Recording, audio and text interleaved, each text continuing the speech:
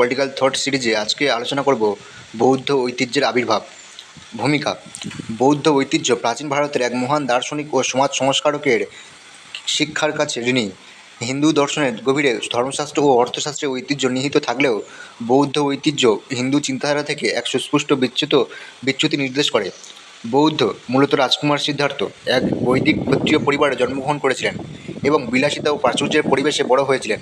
তিনি খুব অল্প বয়সে উপলব্ধি করেছিলেন যে ইন্দ্রিয় সুখ এবং সম্পদ মানুষের জন্য প্রকৃত ও দীর্ঘস্থায়ী তৃপ্তি প্রদান করতে পারে না।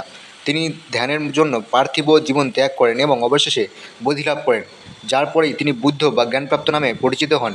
বোধি লাভের পর তিনি নিজেকে একজন দার্শনিকের চেয়ে বরং একজন চিকিৎসক হিসেবে গণ্য করতেন। যেখানে প্রথাগত দার্শনিকরা কেবল বুদ্ধিভিত্তিক বিতর্কে লিপ্ত থাকতেন, বুদ্ধ সেটিকে এক নিষ্ফল অনুশীলন হিসেবে নিরুৎসাহিত করেছিলেন, যা মানুষকে প্রকৃত জাগরণ থেকে বিভ্রান্ত করে। বৌদ্ধ প্রচলিত হিন্দু বিশ্বাসকেও প্রত্যাখ্যান করেছিলেন যে ব্রাহ্মণরাই ব্রহ্মার বা মহাবিশ্বের স্রষ্টার মুখ থেকে জন্ম নেওয়া প্রকৃত সন্তান। এরপর বুদ্ধ ব্যক্তির মর্যাদাকে বর্ণপ্রথার শ্রেণীবিন্যাসের সাথে যুক্ত করার বিষয়টিকে অস্বীকার করেন। তিনি দৃঢ়ভাবে বলেছিলেন যে মানুষের বিচার করা উচিত তাদের কার্যাবলীর মানদণ্ড এবং ধার্মিকতার ভিত্তিতে, কোনো নির্দিষ্ট শ্রেণীতে জন্মের ভিত্তিতে নয়। বুদ্ধ ঘোষণা করেছিলেন যে যারা তার প্রকৃত অনুসারী হবেন এবং ধর্ম বুদ্ধ কর্তৃক নির্দেশিত সৎ পথ পালন করবে, তাদের জাতি, লিঙ্গ, বর্ণ বা অঞ্চল নির্বিশেষে সমানভাবে দেখা হবে।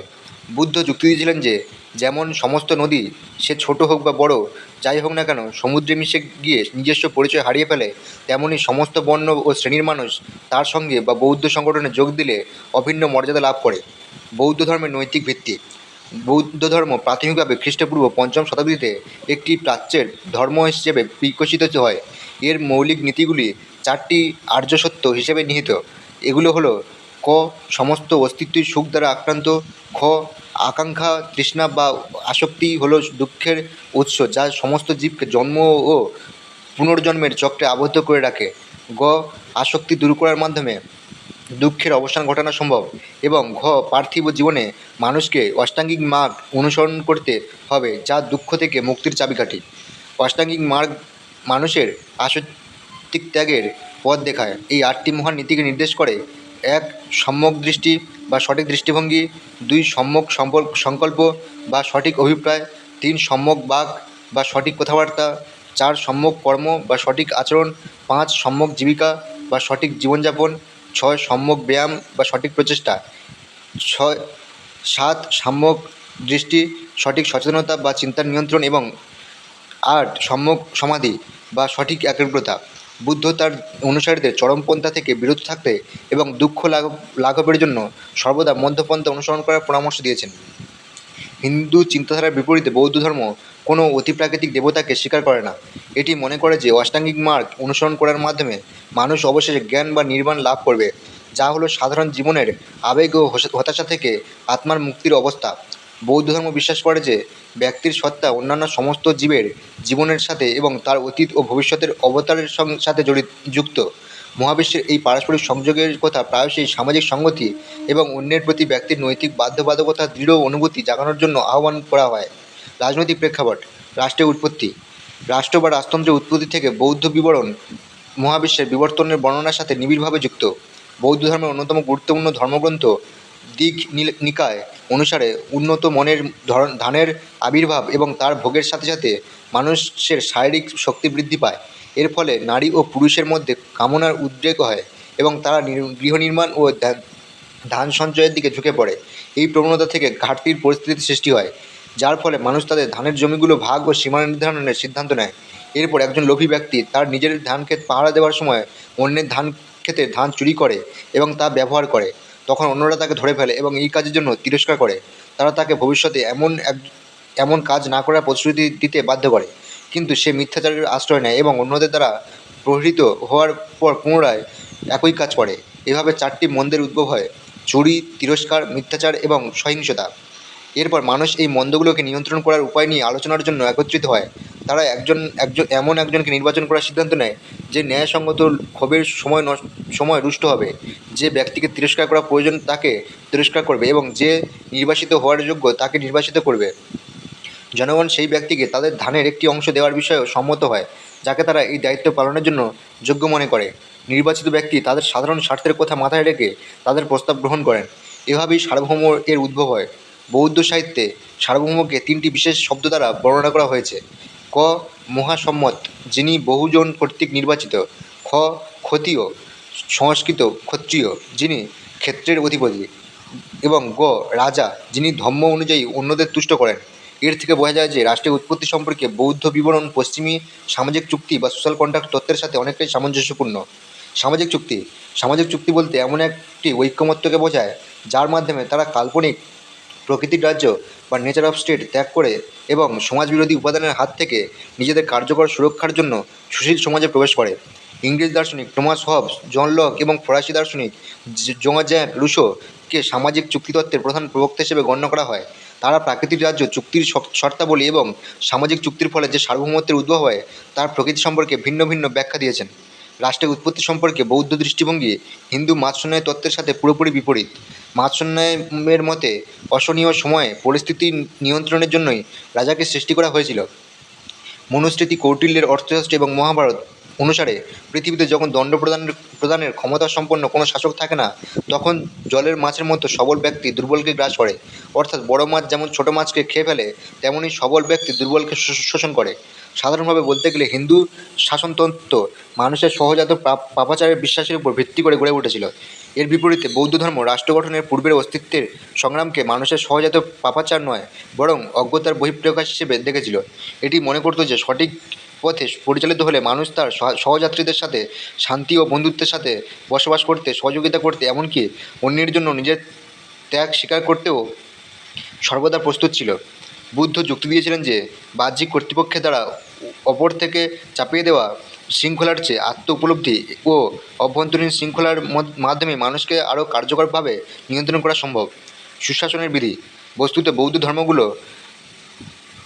বৌদ্ধ ধর্মগ্রন্থগুলো শাসক এবং প্রজা উভয়ের জন্যই কিছু আচরণের নিয়ম নির্ধারণ করেছে। রাষ্ট্র গঠনের প্রয়োজনীয়তা সৃষ্টিকারী 4টি মন্দকে নিয়ন্ত্রণ করার জন্য বৌদ্ধ ধর্ম 5টি নৈতিক নীতির একটি সেট নির্ধারণ করেছে, যা পঞ্চশীল নামে পরিচিত। একটি সুখী ও দুশ্চিন্তামুক্ত সুন্দর জীবনযাপনের জন্য প্রত্যেক ব্যক্তিকে অবশ্যই এগুলো মেনে চলতে হবে। এর মধ্যে রয়েছে ক অহিংসা, অন্যের প্রাণনাশ থেকে বিরত থাকা। খ অস্তেয়, যা দেওয়া হয়নি তা গ্রহণ করা থেকে বিরত থাকা। গ ব্যভিচার থেকে বিরত থাকা, কামজ অসদাচরণ থেকে বিরত থাকা। ঘ সত্যের প্রতি নিষ্ঠা বা মিথ্যার থেকে বিরত থাকা এবং মাদক পরিহার বা নেশাজাতীয় দ্রব্য থেকে বিরত থাকা।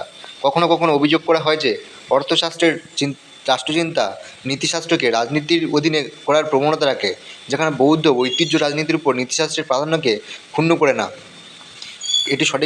এটি সঠিকভাবে যুক্তিযুক্ত যে যেখানে অর্থশাস্ত্রের শিক্ষকরা রাষ্ট্রের নিরাপত্তা ও সমৃদ্ধি নিশ্চিত করার লক্ষ্যে নৈতিকতার লঙ্ঘনকেও প্রশ্রয় বা সমর্থন দিতেন, সেখানে বৌদ্ধ ধর্ম তার কঠোর ও অনমনীয় নৈতিক বিধিসমূহ নিয়ে সরকারি কার্যাবলীর উপর নৈতিক আইনের অসংকোচ প্রাধান্য রক্ষার পক্ষে দাঁড়িয়েছিল।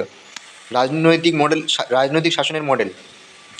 বৌদ্ধ রাজনৈতিক শাসনের মডেলটি মূলত মঠ বা সংঘ পরিচালনার জন্য নির্ধারিত নিয়ম ও পদ্ধতি থেকে উদ্ভূত। এই শাসন ব্যবস্থা ছিল সন্ন্যাসীদের এক ভ্রাতৃবোধের উপর প্রতিষ্ঠিত, যা গণতান্ত্রিক নীতির উপর ভিত্তি করে গড়ে উঠেছিল।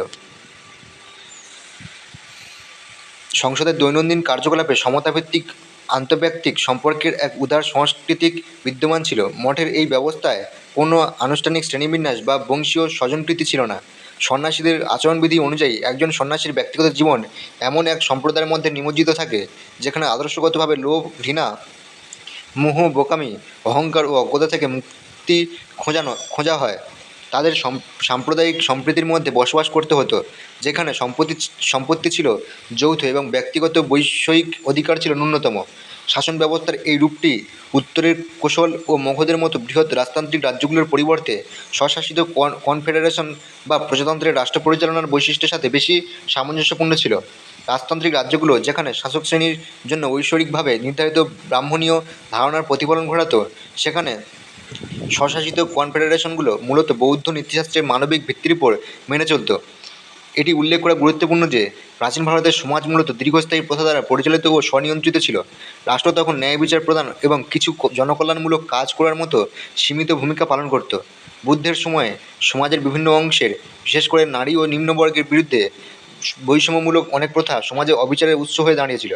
তাই আইনের মাধ্যমে সামাজিক পরিবর্তনের জন্য রাষ্ট্রকে ক্ষমতায়ন করা অপরিহার্য হয়ে পড়েছিল। বৌদ্ধ ধর্ম এই পথ প্রশস্ত করেছিল রাষ্ট্রকে জনকল্যাণে আইন প্রণয়নের ক্ষমতা প্রদানের মাধ্যমে। উপসংহার: প্রাচীন ভারতে বৌদ্ধ সামাজিক ও রাজনৈতিক চিন্তাধারার আবির্ভাব তৎকালীন প্রথার অনমনীয়তা ও সামাজিক স্থবিরতা থেকে একটি বিচ্যুতি ঘটিয়েছিল। বুদ্ধের আগে আইনকে ঐশ্বরিকভাবে নির্ধারিত বলে মনে করা হতো। রাজাকে আইনের রক্ষক হিসেবে গণ্য করা হতো, কিন্তু আইন পরিবর্তনের ক্ষমতা তার ছিল না। মানুষের প্রত্যাশা ছিল সেই আইন মেনে জীবনযাপন করা। বুদ্ধই প্রাচীন ভারতে আইন প্রণয়ন এর ধারণা প্রবর্তন করেন, যার অর্থ হলো মানুষের কল্যাণের জন্য আইন তৈরি বা পরিবর্তন করা যেতে পারে। আধুনিক যুগে অনেক মানবিক মূল্যবোধে আস্থা পুনঃপ্রতিষ্ঠার জন্য বৌদ্ধ ধর্মের শরণাপন্ন হওয়া হয়। প্রকৃতপক্ষে বুদ্ধ ধর্মীয় ক্ষেত্রে সামাজিক অবিচারের বিরুদ্ধে, বিশেষ করে জাতিগত ও লিঙ্গগত বৈষম্যের বিরুদ্ধে লড়াই করার জন্য এক নীরব বিপ্লব শুরু করেছিলেন। আজকের সামাজিক অবিচারে জর্জরিত বিশ্বে তার শিক্ষা অত্যন্ত প্রাসঙ্গিক। আধুনিক ভারতীয় সমাজ দার্শনিক বি.আর. আম্বেদকর যথার্থই পর্যবেক্ষণ করেছিলেন যে তিনি বৌদ্ধ ধর্মকে পছন্দ করেন কারণ এটি প্রজ্ঞা, করুণা এবং সমতার শিক্ষা দেয়। একটি ভালো ও সুখী জীবনের জন্য মানুষের এটাই প্রয়োজন। আধুনিক রাষ্ট্রনায়ক ও দার্শনিক জওহরলাল নেহরুও বুদ্ধের শিক্ষায় বিশেষভাবে মুগ্ধ ছিলেন। জাতির জনক মহাত্মা গান্ধী অন্যায়ের বিরুদ্ধে লড়াইয়ের অস্ত্র হিসেবে বুদ্ধের অহিংসতার বাণীকে পুনরুজ্জীবিত করতে চেয়েছিলেন।